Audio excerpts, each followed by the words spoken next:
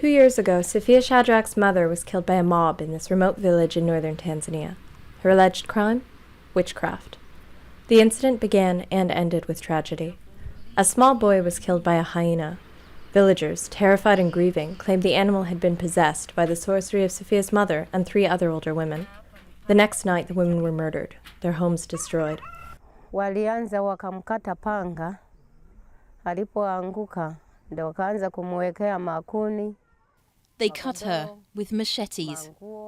Then they took firewood, mattresses, an iron sheet, and burned her like you would cook fish or meat.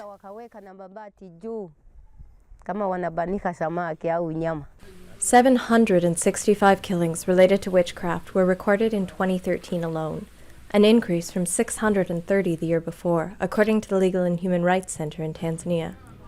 When tragic and inexplicable things happen, witch doctors, often operating as traditional healers, sought out for their supposed fortune-telling abilities, have been known to point the finger at unsuspecting individuals. Older women, marginalised and vulnerable, are sometimes blamed. The Tanzanian government recently said they would crack down on witch doctors because of their links to the murder of albino people for their body parts. But those who carry out these attacks, and those on women labelled witches, are rarely brought to justice. If you tell the patients that they have been bewitched by somebody, you just create a conflict between the two. That is when killings can happen. Behind the suspicion often lies a more sinister motive: greed. A simple accusation of witchcraft can condemn a woman to death, leaving her property and wealth to the accuser. They think the only way to access that property, be it cows, be it farms, be it whatever, is to claim that this lady is a witch, and in so doing, then it justifies for her death. A month after the death of her parents, Mage Benge survived an attack on her life.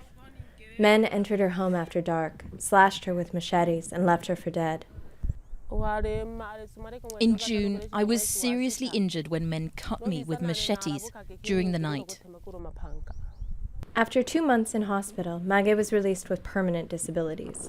She had nowhere to go but back home, where her attackers still roam free.